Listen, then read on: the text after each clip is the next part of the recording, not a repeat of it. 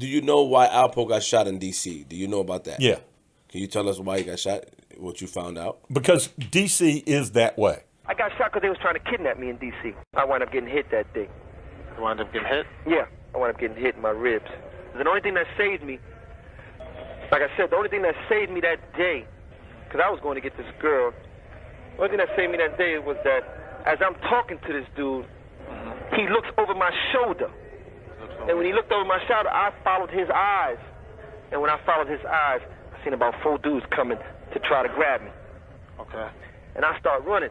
Next thing I know, I feel bullets and all that coming past my head and hitting off the wall and all that. And one caught me in the ribs. That's when you figured, hey, put Wayne Perry in effect. Yeah. What happened was Cliff Cobb ran most of Northeast. And Jim and Jawbreaker were the 2 hitters for Cliff's little crew. All they knew was some dude from New York was coming down and acting big. They didn't care who it was. They don't know Alpo from beans. Now, if you talk to them right now, they'd probably tell you all about how they had done background on him or something like that. You know, but they've never been brought to task for it. But they shot him. And at the same time, we were shooting dudes from L.A. When I say we, I mean my community, D.C., was shooting, Jamaicans. We were shooting anybody that came into town and tried to run an operation. Did you ever hear of a guy named L.A. Roy Summers?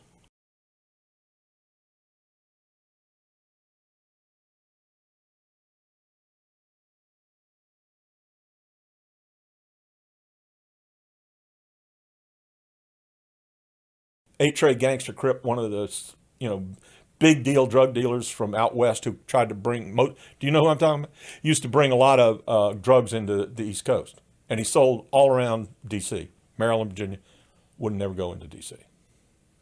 Said, excuse my French, those D.C. are crazy.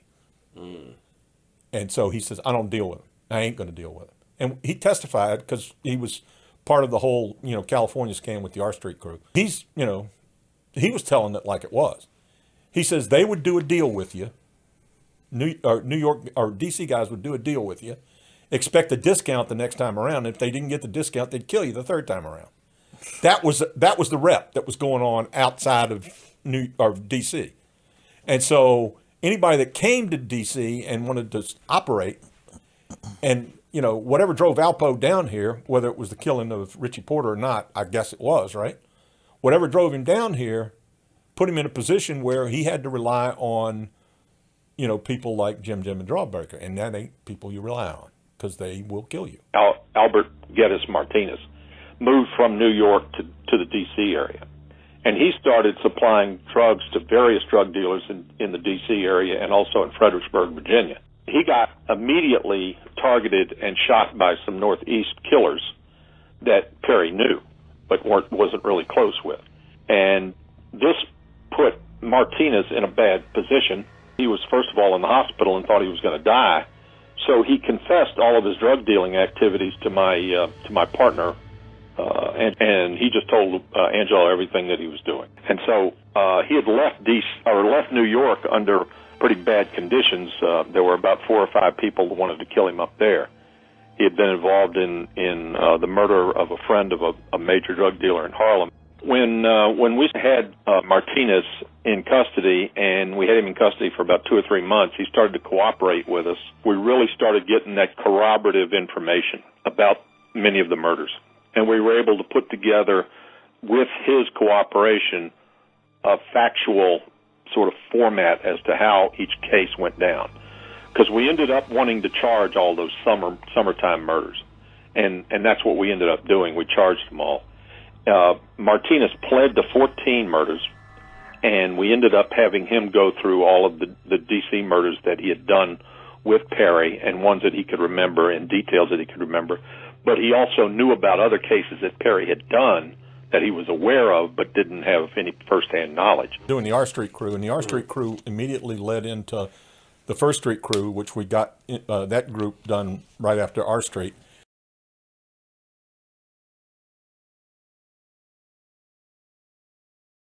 And we did a close friend of mine, an associate, did the P Street crew, which involved a guy named Kenneth Ray Bryant, who was another scary killer that DC, had, operating at the same time. Mm-hmm.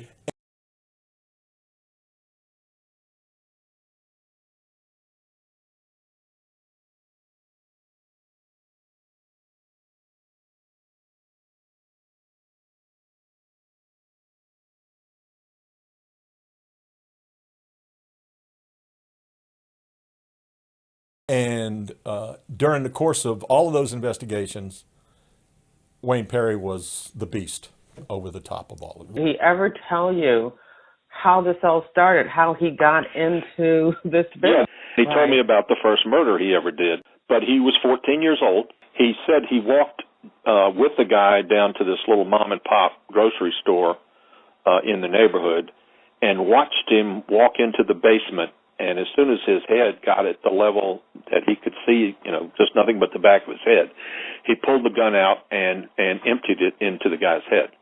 I mean, initially he's angry at me, and then all of a sudden he's Mr. Nice Guy again. That's when he told me that he had actually done 100 homicides. I mean, this guy, Wayne Perry, was considered the Michael Jordan of the murder game. Alpo was one of the funny ones talking about it.